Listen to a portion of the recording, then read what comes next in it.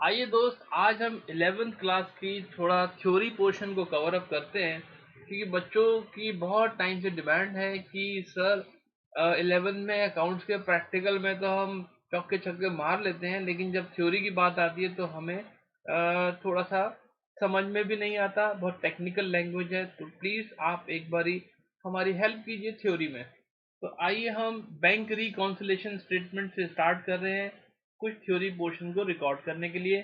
I hope आपको समझ में आए, राइट। बैंक रिकॉन्सिलेशन स्टेटमेंट का पहले थोड़ा सा कॉन्सेप्ट मैं आपको बता देता हूँ दोस्त। अगर हम कोई बिजनेस करते हैं तो बिजनेस में हमारा को बैंक में एक अकाउंट खोलना पड़ता है, उसको हम करंट अकाउंट बोलते हैं। और बैंक वाले हमारे लिए एक पासबुक करके एक चीज मेंटेन करते हैं, जिसमें हमारी बुक्स, जिसमें हमारी सारी बैंक की ट्रांजेक्शन के प्लस माइनस किए होते हैं। उसको बैंक स्टेटमेंट भी कहते हैं। और दूसरी साइड हम अपने बिजनेस में एक बुक मेंटेन करते हैं, उसको बोलते हैं कैश बुक। और कैश बुक में भी cash book with bank column. तो यानी कि हम अपने जो रिकॉर्ड्स हैं उनको दो जगह पर लिख सकते हैं। एक अपनी कैश बुक में, और दूसरा जो बैंक वाले लिखते हैं पासबुक में, ताकि हमारे को आपस में टैली करने में कोई दिक्कत ना हो, हमारा पैसा कहीं इधर उधर ना हो। तो अब बात ये आती है कि जो बिजनेसमैन है, जब उसी के लिए दोनों बुक्स मेंटेन की जा रही है, एक बाय द अकाउंटेंट एंड एक बाय द बैंकर्स, तो उन दोनों का तो बैलेंस आपस में टैली होना चाहिए। लेकिन दोस्त, टैली होना चाहिए अलग बात होती है, लेकिन प्रैक्टिकली वो आपस में टैली नहीं होते हैं due to number of reasons. और उन नंबर ऑफ रीजंस का को फाइंड आउट करने के लिए ही जो बिजनेसमैन है, जो अकाउंट होल्डर है, वो बनाता है बैंक रिकॉन्सिलेशन स्टेटमेंट, जिसमें वो एक बुक को दूसरी बुक से कंपेयर करता है। तो हम एक बुक को हम बोलते हैं बेस बुक, और दूसरी बुक को बोलते हैं हम अदर बुक। तो बेस बुक और अदर बुक के बीच में हम देखते हैं कि बैलेंस क्यों नहीं आपस में टैली हो रहा, और हम बनाते हैं एक बैंक रिकॉन्सिलेशन स्टेटमेंट, और उसमें हम प्लस माइनस करके उन नंबर ऑफ रीजंस को फाइंड आउट करते हैं। तो आइए जरा हम थ्योरी पोर्शन पे पहले चलते हैं कि बैंक रिकॉन्सिलेशन क्या होता है मेरे दोस्त। Meaning of BRS: a statement prepared by the account holder. कौन बनाता है? By the account holder, businessman भी बोल सकते हैं। टू रिकॉन्साइल, टू रिकॉन्साइल का मतलब होता है टू टैली विद अदर, दूसरे के बराबर आने के लिए। To reconcile bank balance as per own books with balance as per bank. Own book का यहाँ पर मतलब है आपकी कैश बुक, वो भी बैंक कॉलम वाली। और बैंक का यहाँ पर मतलब है बैंक की पासबुक। बैंक की पासबुक बैंक वाले बनाते हैं, इसको बैंक स्टेटमेंट भी कहते हैं। ओके बेटा, आगे सुनते हैं पहले। Bank reconciliation statement is a statement prepared by the account holder on a particular date to reconcile the bank balance as per cash book with the balance as per bank statement or bank passbook, showing entries because of which differences between the two balances exist। हम जो cash book है, bank column cash book है वो, और जो passbook है जिसको हम बैंक स्टेटमेंट भी कहते हैं, उसमें रिकॉन्साइल करते करते वो सारे रीजन फाइंड आउट करते हैं जिनकी वजह से हमारे को डिफरेंसेस देखने को मिले। अब जो थ्योरी में इंपॉर्टेंट क्वेश्चन आपके पेपर के लिए है, वो है reasons of difference between balance as per cash book and bank statement और बैंक पासबुक। अब डिफरेंसेस ड्यू टू टाइमिंग हो सकता है इन रिकॉर्डिंग ऑफ एंट्रीज। तो पहला पॉइंट यही है, difference due to timing in recording entries. मतलब दोस्त, जब आप बैंक में कोई चेक जमा कराते हैं या आप कोई चेक काटते हैं, तो आप अपनी कैश बुक में तो उसको इमीडिएटली लिख लेते हैं, लेकिन बैंक से उसको क्लियर होने में, बैंक से उसको बैंक में डिपॉजिट होने में उसमें थोड़ा टाइम लग जाता है, राइट। और अगर आप इस इन बिटवीन, इस टाइम के दौरान बीच में अगर आप रिकॉन्साइल करने बैठ जाएंगे, तो आप देखेंगे कि कैश बुक कुछ और बैलेंस शो कर रही है और बैंक का पासबुक कुछ और बैलेंस शो कर रहा है। तो number one, difference due to timing in recording entries. There is always a time gap between recording a transaction in the books of account and it being recorded by the bank.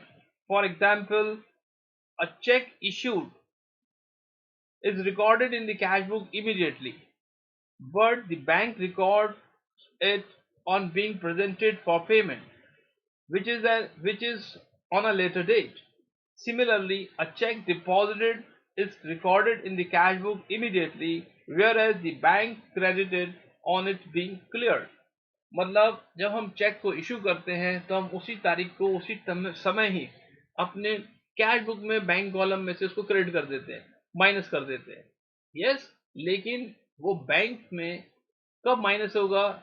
जब हमने वो check जिसको दिया है वो अपने bank में डालेगा, वो बैंक से बैंक आपस में लिंक करेंगे और वो चेक फिर क्लियर होगा, तब जाके वो क्लियर होता है।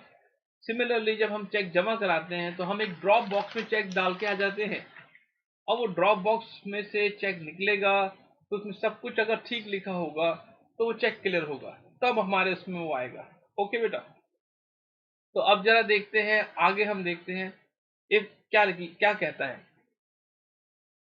हाँ, if bank reconciliation statement is prepared in between the two dates, difference will exist. जो मैंने अभी आपको बताया कि अगर इस समय के बीच में अगर हम बैंक स्टेटमेंट बना देंगे, बैंक रिकॉन्सिलेशन करेंगे, तो दोनों का आपस में डिफरेंस आएगा।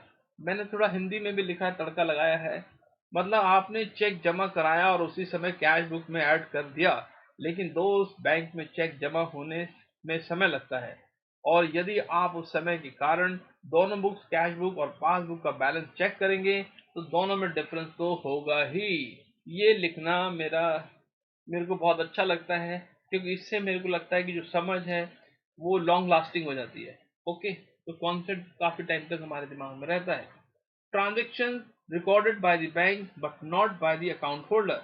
कई ट्रांजेक्शन ऐसी होती हैं जैसे interest credited by bank, interest और चार्जेस डेबिटेड बाय बैंक, कोई डिविडेंड कलेक्ट करना हो। कई चीजें ऐसी होती हैं जो बैंक में हो गई होती हैं और हमें नहीं मालूम होती। हमें कब मालूम पड़ती हैं? जब हम सामने देखते हैं कि बैंक की स्टेटमेंट आ गई है या बैंक की पासबुक आ गई है, तो उनकी वजह से भी डिफरेंसेस आते हैं। तो क्या लिखता है? Sometimes transactions are recorded by the bank which is known to the account holder on the receiving the bank statement or bank passbook। ठीक है, वही बात लिखी है जो मैंने आपको बोली है कि हमें कब पता लगा? जब हमारे सामने मेरे दोस्त बैंक की पासबुक आई, अरे ये पैसे कट गए, अरे ये पैसे जमा हो गए, लाइक दिस। ओके बेटे, तो अब देखते हैं आगे क्या कहते हैं। एग्जाम्पल लिखते हैं। फॉर एग्जाम्पल, इंटरेस्ट चार्ज और interest allowed interest charge or interest allowed, bank charges, dividend collected by bank, bill dishonored, etc. are known to the account holder after receiving the bank statement or bank passbook. Such transactions in the bank statement leads to a difference between the balance as per cash book and the balance as per passbook. तो I hope आपको ये सारा समझ में आ रहा होगा दोस्त। और हम इंसान हैं, the air is human, the forgive is divine बोलते हैं कि हम तो गलतियों के पुतले हैं। तो हमसे और बैंक से भी एरर्स भी हो जाती है, और एरर्स की वजह से भी कैश बुक और पासबुक में डिफरेंसेस आ जाते हैं। Errors may be committed by the bank और the account holder, and these errors results in difference in the balances of cash book and bank passbook. तो हमने देखा दोस्त कि हमारी कैश बुक और पासबुक में जो डिफरेंसेस हैं वो किन किन रीजंस की वजह से हो रहे हैं, और मैं और आपके लिए आसान कर रहा हूँ इसमें। एरर्स की भी थोड़ी सी बात करते हैं कि एग्जांपल्स क्या हैं इसके। फॉर एग्जांपल, रॉन्ग बैलेंसेस में बी कैरिड फॉरवर्ड। एक पेज पे कुछ और लिखा था, नेक्स्ट पेज पे कुछ और लिख दिया। A transaction may not have been recorded in the cash book, लो जी लिखना ही भूल गए।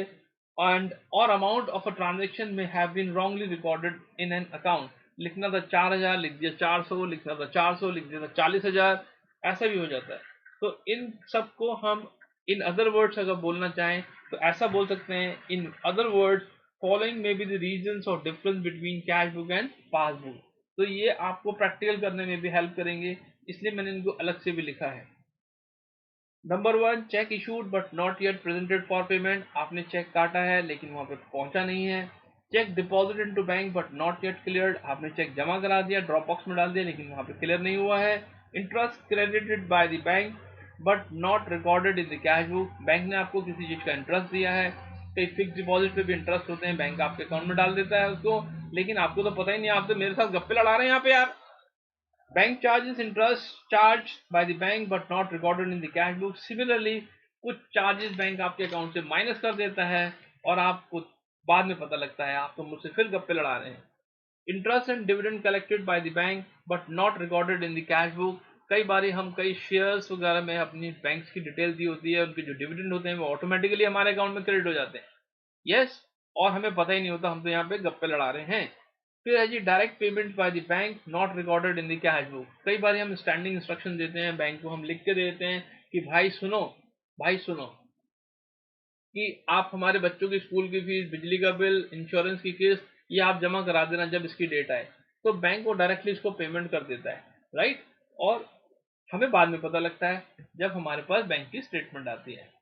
फिर है जी direct deposited into bank by customer not recorded in cash book. कोई कस्टमर ऐसा होता है जिसको हमने अपने बैंक की डिटेल दी होती है, वो हमें बिना बताए हमारे अकाउंट में पैसे डाल आता है और हमें बाद में सरप्राइज मिलता है कि अरे यार मोहन, तूने तो पैसे जमा करा दिए थे।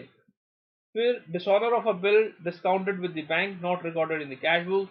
हम अपने बिल्स ऑफ एक्सचेंज को बैंक से डिस्काउंट करा लेते हैं और हम गुड फेथ पे चलते हैं कि बैंक उसके जिसका वो बिल है उसको ड्रॉई कहते हैं, उसके पास जाएगा, उससे पैसे मिल जाएंगे। लेकिन कभी कभी वहां से पैसे जब नहीं मिलते हैं तो बिल डिसऑनर हो जाता है और बैंक हमारे अकाउंट से पैसे माइनस कर देता है। Similarly bill collected by the bank on behalf of the customer. Bank हमारे को कई ऐसी फैसिलिटीज देता है कि बैंक कहता है कहीं से पैसे कलेक्ट करने दो, आप टेंशन ना लो, पैसे हम कलेक्ट कर लेंगे। और वो बैंक पैसे कलेक्ट कर लेता है, हम यहाँ बैठे हुए हैं। तो कैश बुक और पासबुक में डिफरेंसेस आ जाते हैं। और last but not least errors and omission. गलतियां और भूलना भी गलती होती है दोस्त, इसकी वजह से भी ये डिफरेंसेस पैदा हो जाते हैं।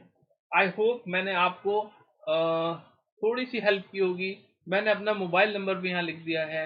ये इसलिए लिख दिया है कि अगर किसी बच्चे को कहीं दूर दराज कोई ज़रूरत हो और वो इस चीज़ को अफोर्ड नहीं कर पा रहा हो, ट्यूशन को अफोर्ड नहीं कर पा रहा हो, तो आप मुझे व्हाट्सएप करेंगे तो मैं आपको कुछ ना कुछ हेल्प ज़रूर करूँगा। और ये जो वीडियोस बना रहे हैं ये हम सभी बच्चों के लिए बना रहे हैं और ख़ास तौर से उन बच्चों के लिए बना रहे हैं जो ट्यूशन को अफोर्ड नहीं कर पाते, जो कहीं दूर दराज इलाकों में रहते हैं। और दोस्त, आपको बिल्कुल भी टेंशन लेने की ज़रूरत नहीं है। हमने एक जगह पर कहीं लिखा भी था कि जो गरीब होता है वो नहीं होता जिसके पास पैसे नहीं होते। गरीब वो होता है जो अशिक्षित होता है, जिसको शिक्षा नहीं मिलती।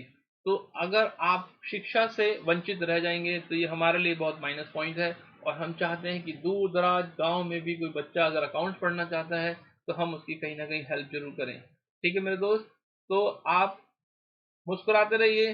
प्रैक्टिकल के साथ साथ थ्योरी करना बहुत जरूरी है 11th क्लास के लिए। और आप बिल्कुल टेंशन ना लीजिए, आपको कोई भी प्रॉब्लम हो तो उसके लिए मैं हूं ना। हाँ जी, आपके लिए मैं हूं ना, आप बिल्कुल टेंशन ना लीजिए। हाँ, मैं अभी और वीडियोस भी आपको अपलोड करूंगा।